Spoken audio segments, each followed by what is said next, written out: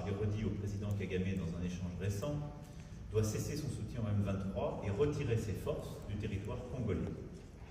Je lui ai redit et je le rappellerai dans les prochains jours. Et l'urgence est à la désescalade.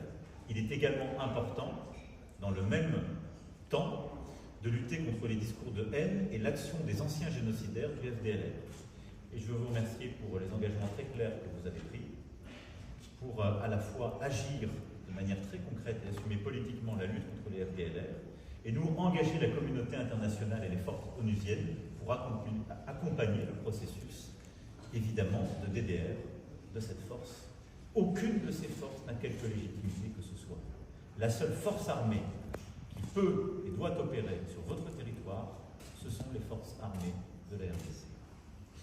La France salue l'engagement de la RDC à mettre fin aux agissements du FDLR, l'encourage à mettre en œuvre cet engagement, et nous sommes avec plusieurs autres alliés à vos côtés, vous le savez, pour mettre en œuvre cette avancée. Enfin, la France s'est attachée aux processus diplomatiques régionaux.